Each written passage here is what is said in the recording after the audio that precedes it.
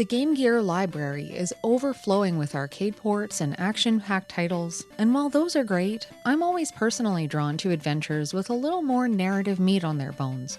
Defenders of Oasis for the Sega Game Gear is one of the few adventure games for the system that I was thrilled to discover existed. The story opens with our hero-to-be being dragged out of bed. You play as a prince whose first order of business is to meet up with the princess of a nearby kingdom.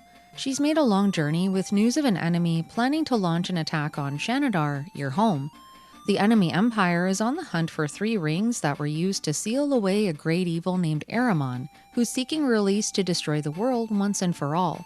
One of the rings is held in Shanadar, but after your kingdom is occupied and overturned by the invading empire, you escape and are left to devise a plan to prevent Ahriman's return.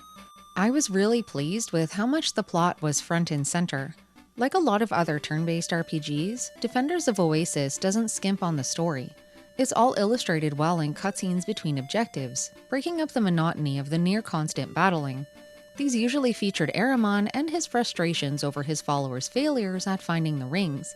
I loved these peeks into the other side's perspective, and I felt like their quality went beyond what I've seen in other games.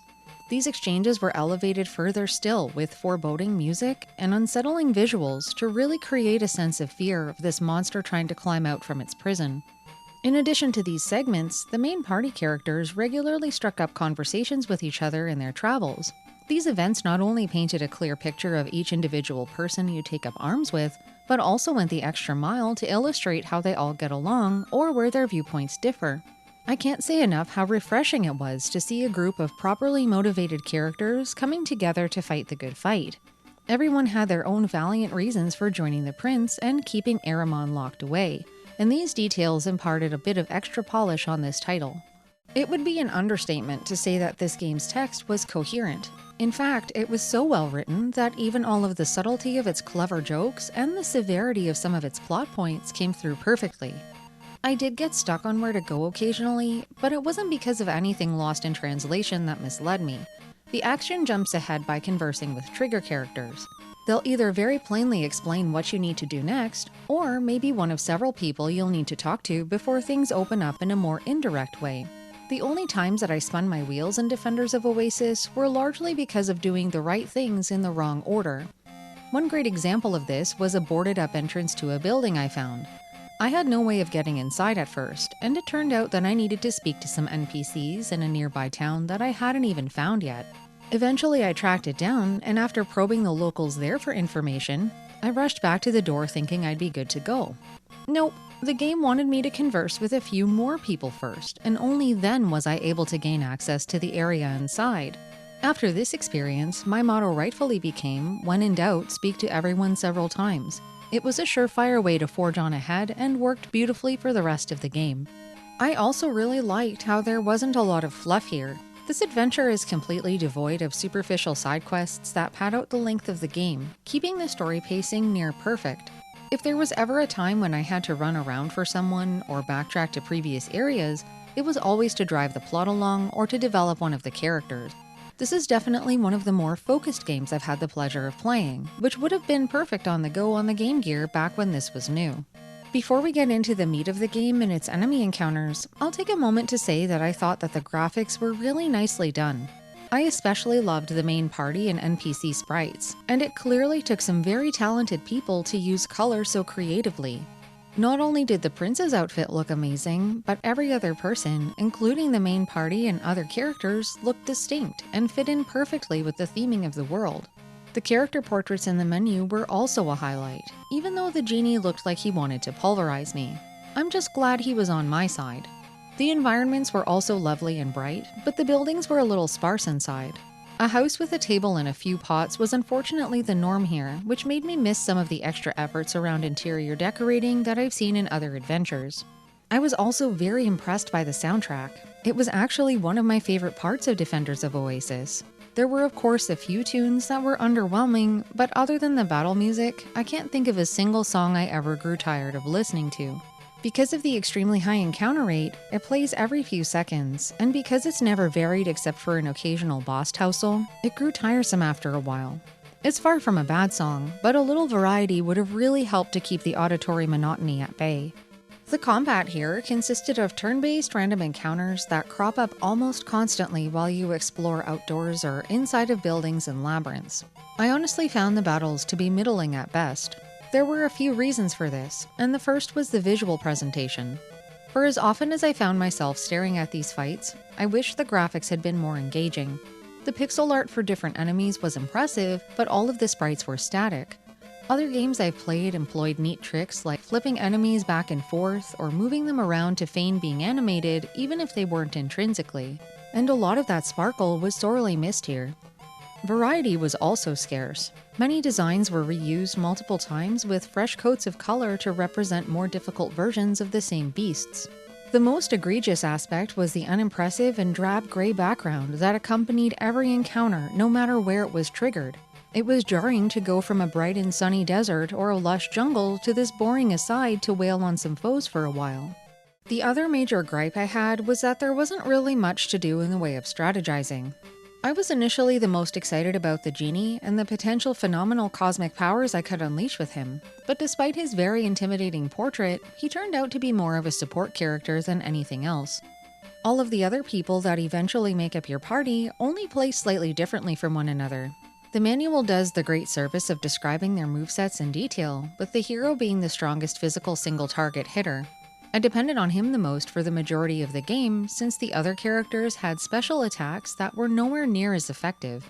Salim has a dance move that targets multiple enemies, but many monsters had such high defense that it barely did anything more than skim a bit of HP off the top of their health bars. I found it way more effective to target a single enemy with him and the prince, even if Salim's single enemy damage was still pitiful by comparison. Once I found Egmar, things got quite a bit easier. His hits pack quite the punch, but his other main tactic is charging up an attack by hiding for a turn. While I think one of his charge moves did less damage than 2 individual attack turns, the hiding part worked out surprisingly well in ways I couldn't have possibly anticipated at first. There was one dungeon in particular where I was getting absolutely decimated, and the only reason I was able to stay alive as long as I did was because enemies couldn't hit Agmar while he was hiding. He'd pop back out, land his hits, and I'd immediately have him return to the shadows where monsters couldn't target him back. This alone very often carried my party through tough scenarios, baiting many enemy redirects and misses. It's really a shame that he comes to the fray so late in the adventure. I ran into quite a few snags with the equipment system. The manual had very little information about items beyond the first area and contained virtually nothing about weapons and armor. The stores also had no stats to ponder while shopping either, and buying upgrades became a risky gamble.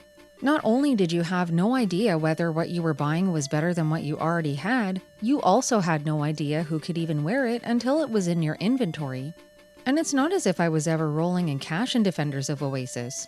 Because this was a first playthrough for me, I spent a lot of time meandering around lost and fighting more fights than someone more familiar with the game would. I probably had more money than most people would have, and buying something that I didn't need squandered my still very limited money pool.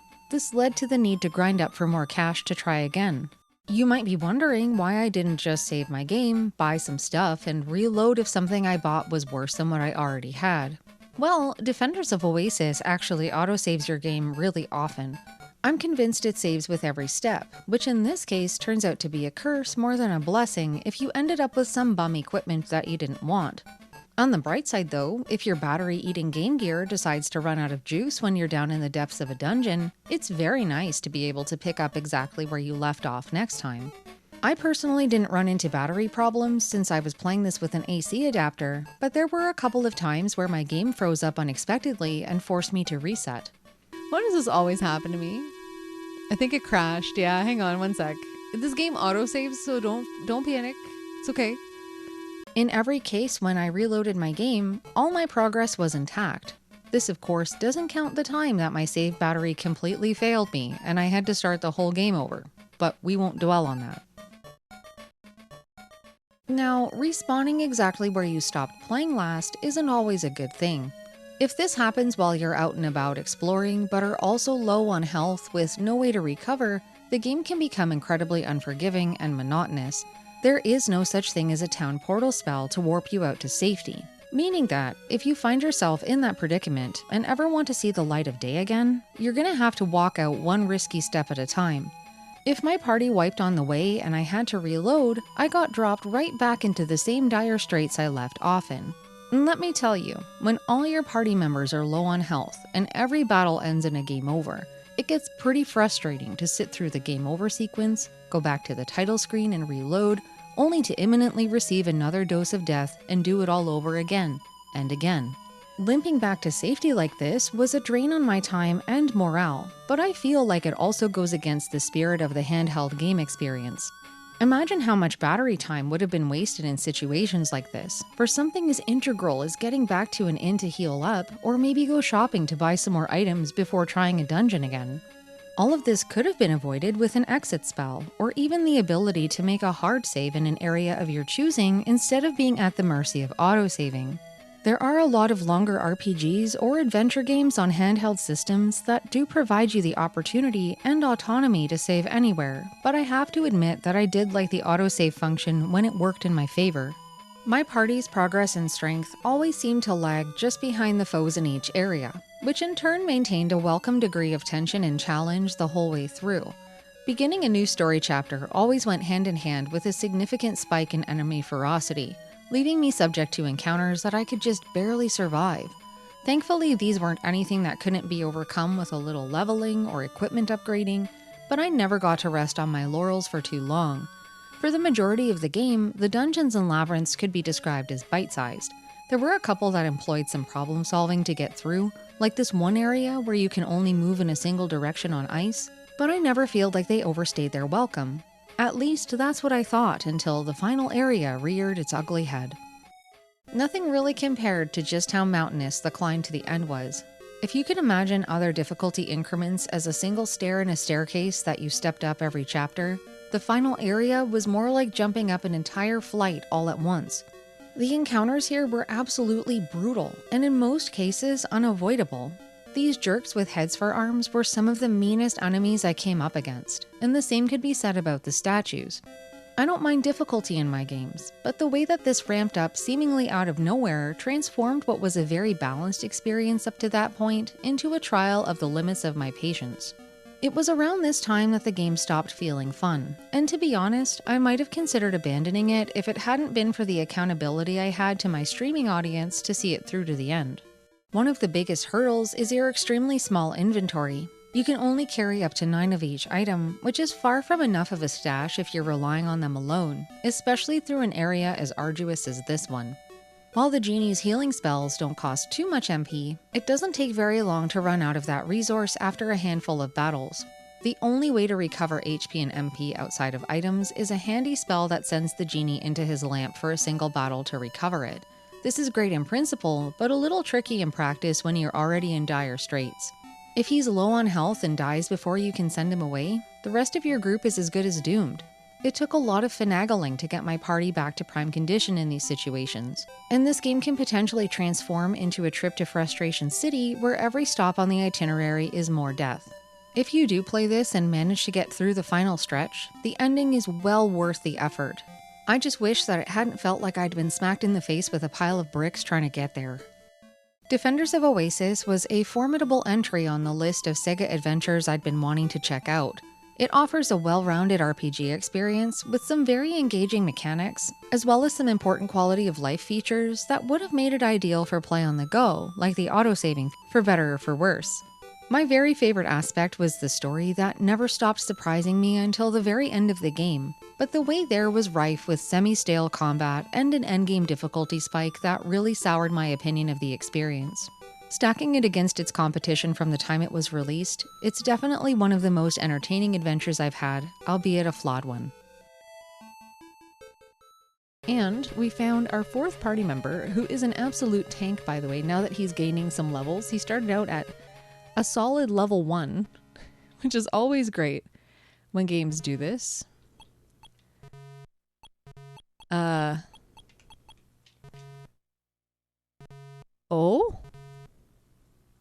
Uh-oh.